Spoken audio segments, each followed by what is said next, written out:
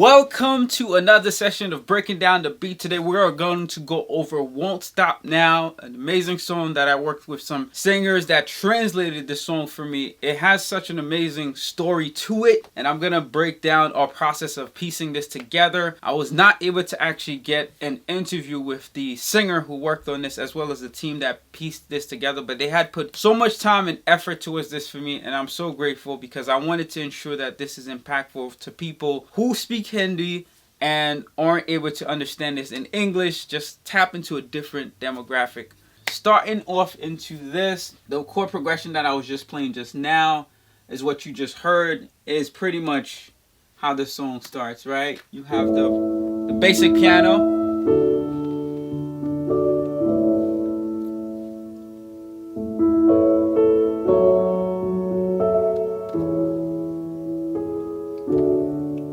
So that's what I originally recorded before I knew exactly what I was going to do with the song. It's just the chord progressions and the entire arrangement, but I was imagining the singer that was actually going to sing on this. When I put that pitch out to see who can I get for this song, they had responded, and I was like, you know what? I'm going to try something different because I'm always trying to tap into something different and not stick to the norm, because a lot of people do the norm. This song does not have a translation inside of Hindi, and that was their native tongue language. So I said, you know what if you guys sing this in Hindi? Or are you guys able to do it? And they were willing to do it. So I put the extra time in and told them, we got to be able to translate this. The problem, what I noticed with Hindi translation, word for word English, is that their amount of syllables is longer than ours. I tried to listen to Frozen, actually. Frozen has so many translation of that song. It's pretty cool. So I told them, check this song out in English and check it in Hindi and see what words they translated out, because the pronunciations weren't exactly the same, right? But the amount of syllables it took per word were quite the same, because the first version they said to me had too much words, but we had to try to cram it in to make it sound as close as possible to the original version of this Won't Stop Now song. And they did it. Although I could not understand it, you feel it, right? Music is all about feelings and emotions, and I really felt that. This is the first part of the arrangement, and next instrument that we have is actually the bass, right?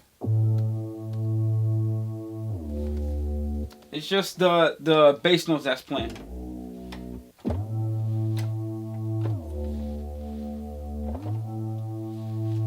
And then we go down here,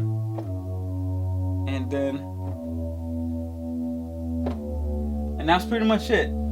So this bass sound that I found, it's a synthesizer, of course, and you know we have to layer it with that sub bass so that we can fill the bottom end as much as possible. So let's hear that real quick. You hear that rumbling? You know we love that bass. We gotta feel that in our chest, beating and pounding.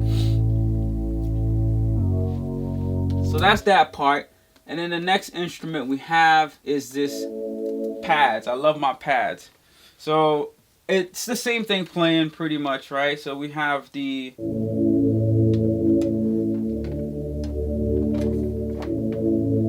and then we go down to our, and then we back to our E, D major, right?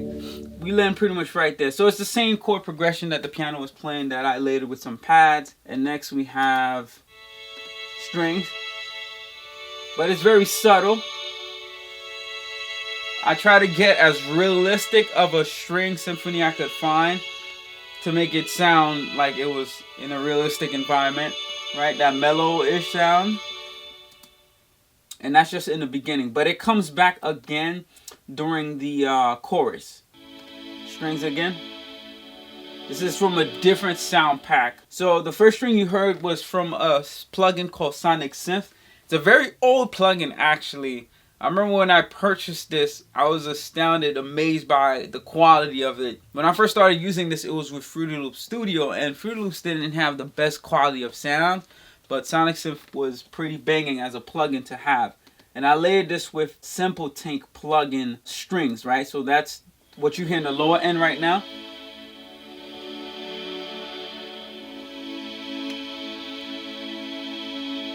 So I try to mimic it to be as real as possible. And then the next instrument right here is another string.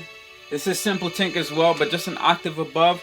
What I did is I panned them. So you have the higher strings on that sample take on the right side of the speakers, on the right side on your stereo, right? And then the other one on the left side. So together, they sound like it's fully stereo.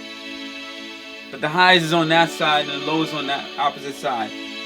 And that was the trick to it.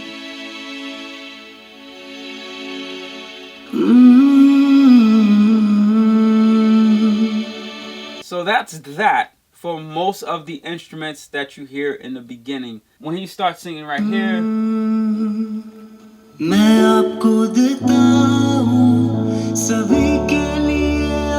I stripped everything off. The only thing I left is the piano, the synth bass, not the sub bass. The synth bass, which is this right here,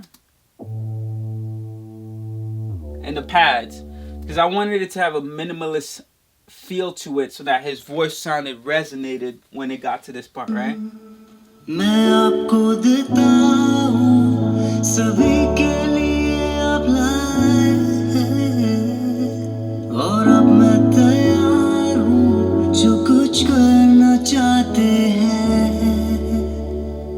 The reason for that is when it comes back to the chorus again, I want it to be felt right here. So I took out all the bass, all the low ends, and then I'm bringing it back again for the chorus, which when he finishes off, so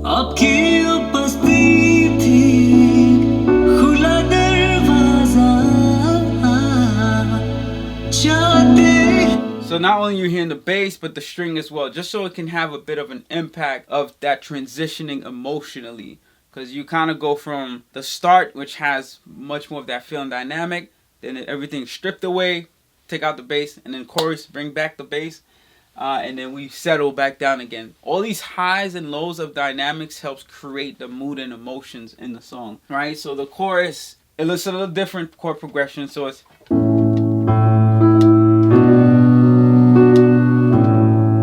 almost the same note.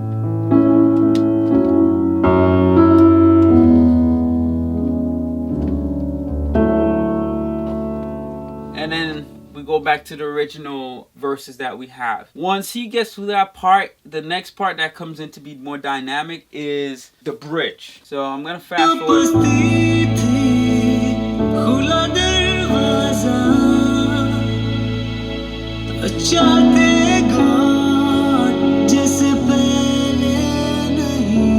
So this is the chorus again.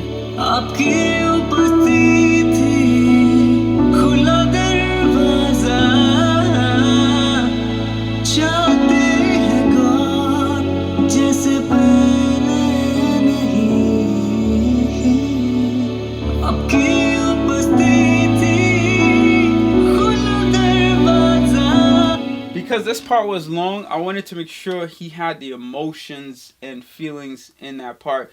So he sung pretty much the chorus 3 times right there, because that matches the original arrangement of the song. But if you notice, the first take he did is a little different than the second part of the chorus down to the third. That was intentional because you don't want to bore people to death. You want to show them a little saison, a little variance. It grabs their attention and it puts them in a little different state of emotions and catches their interest to continue to listen. You want to make sure you gravitate onto that as much as possible. But fast forward to that, right? Let's transition to the bridge now. Now you're gonna hit that dynamic. So this part is pretty much like a 2-chord progression that keeps going back and forth, right? So you have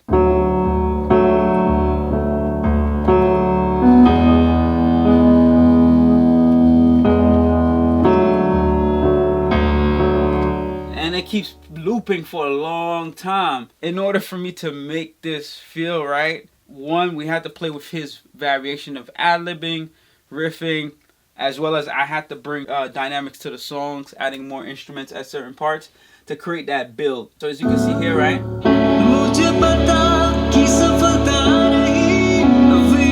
So one of the things I did on top of the original progression that you hear, so I have my piano, of course the subs, the pads, all in here right now. But I also have some strings.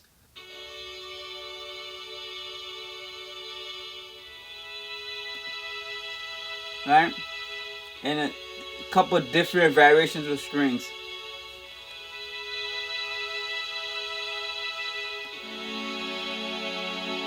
So I want it to feel big and dynamic.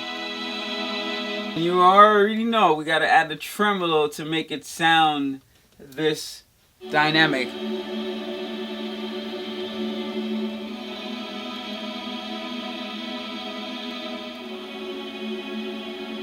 And on top of that, I have my staccatos too. You have the tremolos and the regular strings I had from before.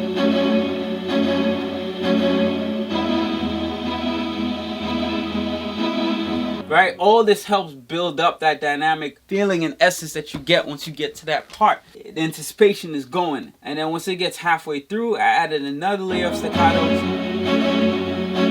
All it is the same staccatos, but one octave above. And I panned it to the right side.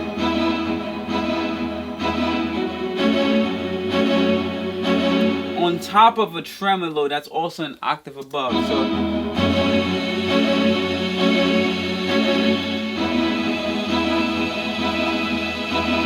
and on top of all this, right, there's some other little strings that are going on as well. Those are the mellow string. This is kind of like the bed strings. This just helps you ride.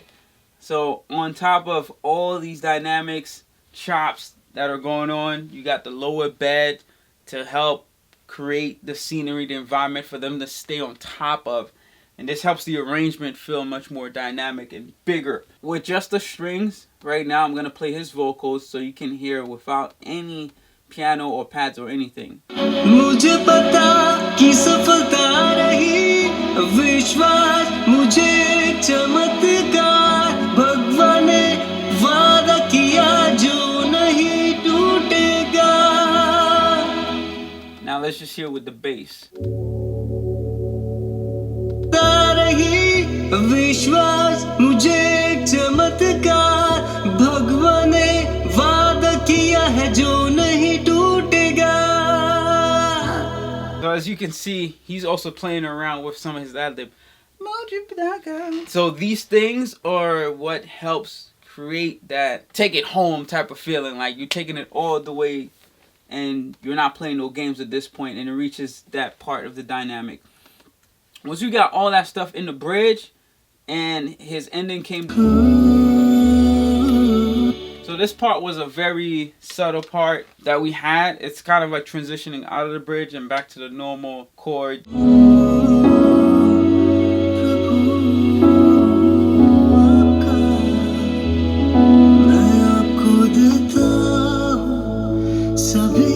Now back to the original progression of the song. And then he finishes off, and then that's pretty much it. That's pretty much the arrangements of this.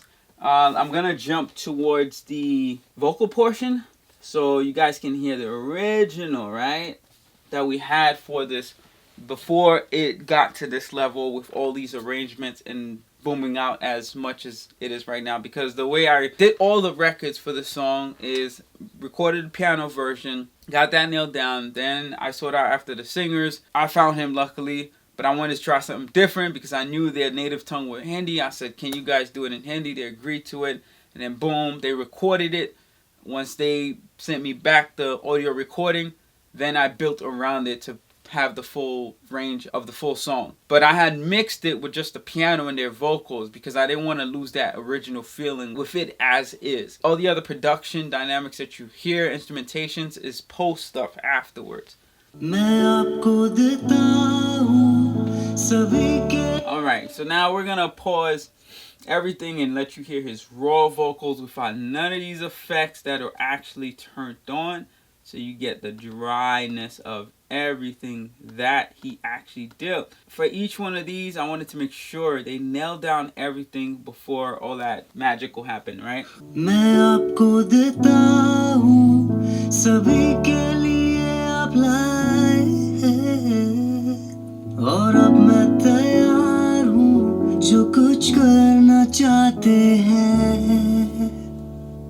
So before I even started mixing this, a lot of the audio, one, because when I recorded the piano version, it's not perfectly on time. If you hear, you'll hear a little bit of gap in here and there.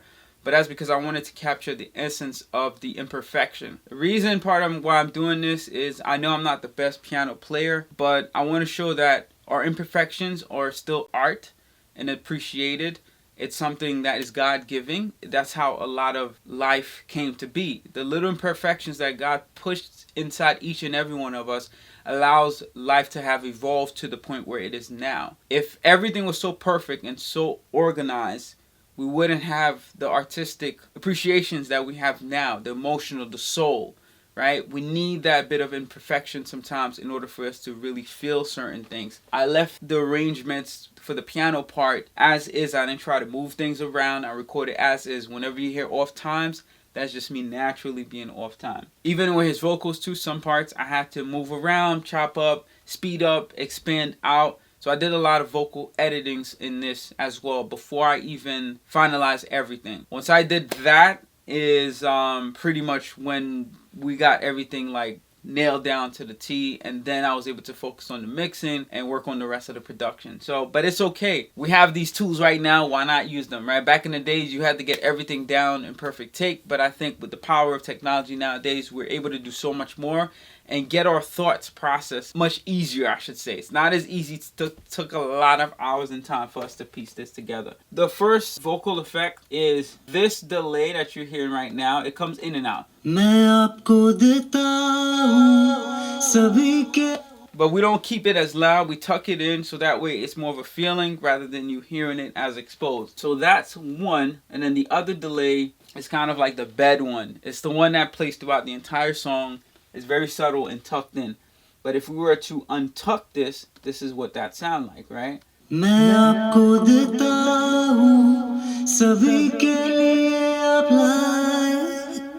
Sounds closer to like a slap delay. It's pretty quick. I have the feedback coming out, so it keeps on repeating, right? The higher the feedback, the more it repeats that it does. And I added a EQ cut on top of it and the bottom of it as well to give you that radio effect.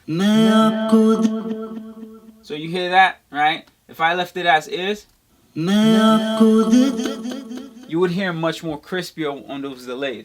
But because I did that, he doesn't sound as crisp. He kind of sounds cut off.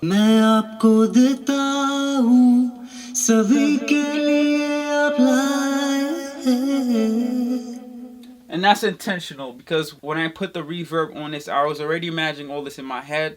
I knew that it was going to be much more of this atmospheric feeling. You understand exactly what I mean. So now I'm going to unmute that and actually put all the reverbs on top of it.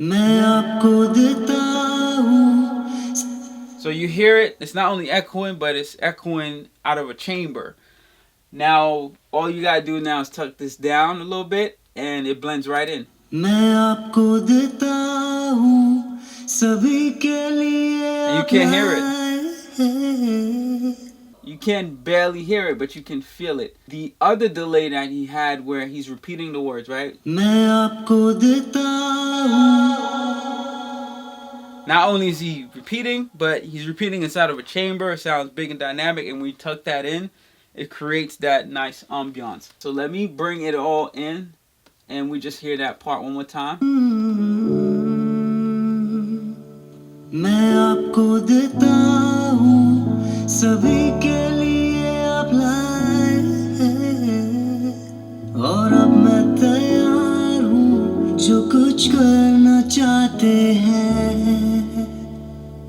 Doing that, those two delays, just playing with them, just helps bring that ambiance to the song in a way that certain things you can feel. When he says certain words, it's exaggerated a lot much more. So I did that pretty much all throughout. And when he got to, I think, the bridge again, yeah, at the end right here.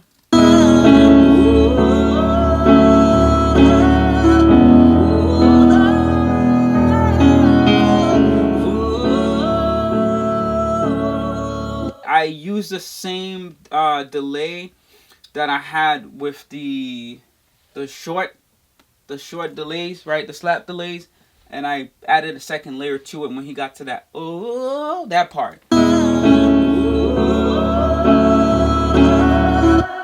So you can feel it a little bit more. So there was a second dairy layer on top of it, so that way you can't hear it quite as much, but it's there. The feeling just sounds bigger now because there's twice as much loudness and effect of that delay going on with the chamber that it's inside of.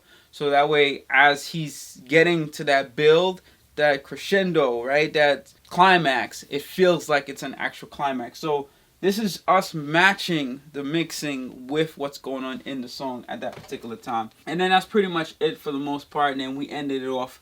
Once we got all this in, got all the arrangements all together, we pretty much mastered it. And for the mastering of this, I didn't do it the normal way where we had the 2 tracks, because typically that's what we do. We have the left and right for the stereo. We make sure the left side is good, the right side is good. We bring them together, and then we do the normal mastering routine. But for this, I did it inside of the production session because it wasn't as much to it. The reason that we typically don't do it in the session, because I usually mix in Pro Tools, and I don't master in Pro Tools. So I'll bounce it out of Pro Tools and master it inside of Logic. But it was already inside of Logic, so we just did it all in there. Make sure the bass is good, the mids is good, which is where a lot of the instrumentations and vocal sit-ins, and the highs, the right, all that stuff sits. Make sure that's pretty much normalized so it's not hurting nobody's ears. We did that with the multi-band compressor as well as playing with some EQ once that was normalized, and then we put the limiter on it to bring it as loud, so that way when you're transitioning from this song to another song, it all sounds evened out. So that was pretty much it for this one. I really wish that we were able to get a little bit time with the singer, but he's pretty busy and caught up at this moment. I'm still super grateful that we got the chance to work on it. They actually dedicated time to translate this because it's a market that I wanted to tap in, and I wanted to try something different because a lot of songs are either translated from English to Spanish or even French, but Hindi is not something that a lot of people do. And hey, I'm always up for challenging myself and doing something different, although I didn't understand a lot of what they were saying. I hope that this really touch and impact people who speaks that native tongue and can understand it and it can connect with them. That's all we are trying to do when we evangelize. So if you found this insightful, definitely feel free to share it, drop a comment, let me know your feedback, your thoughts. If you are going through some things right now and you feel like this song has touched you in a particular way, whether you understand it or not, definitely drop a comment. Let me know below, because sometimes sharing that may encourage others as well, give them a boost and motivation. So please do like, share, subscribe. You giving this video a thumbs up helps it reach out to a lot much more people, which I would so truly appreciate. The impact of this for me, it's much more of the awareness that they can connect and to really inspire someone else in their lives more than anything else. It's not about the numbers, but it's more about the connection and me transpiring the feeling, the really testimony of my own life through this song. Even though it's not an original, this is a cover, I was able to transpire that feeling from receiving from God to pass it on to you. Definitely liking it helps pass it along to others as well in so much more capacity. So please give it that thumbs up, share, subscribe, and I'm looking forward to you hearing this full thing pretty soon and getting your thoughts on the final product. So peace and love, and I shall see you next time. Yeah!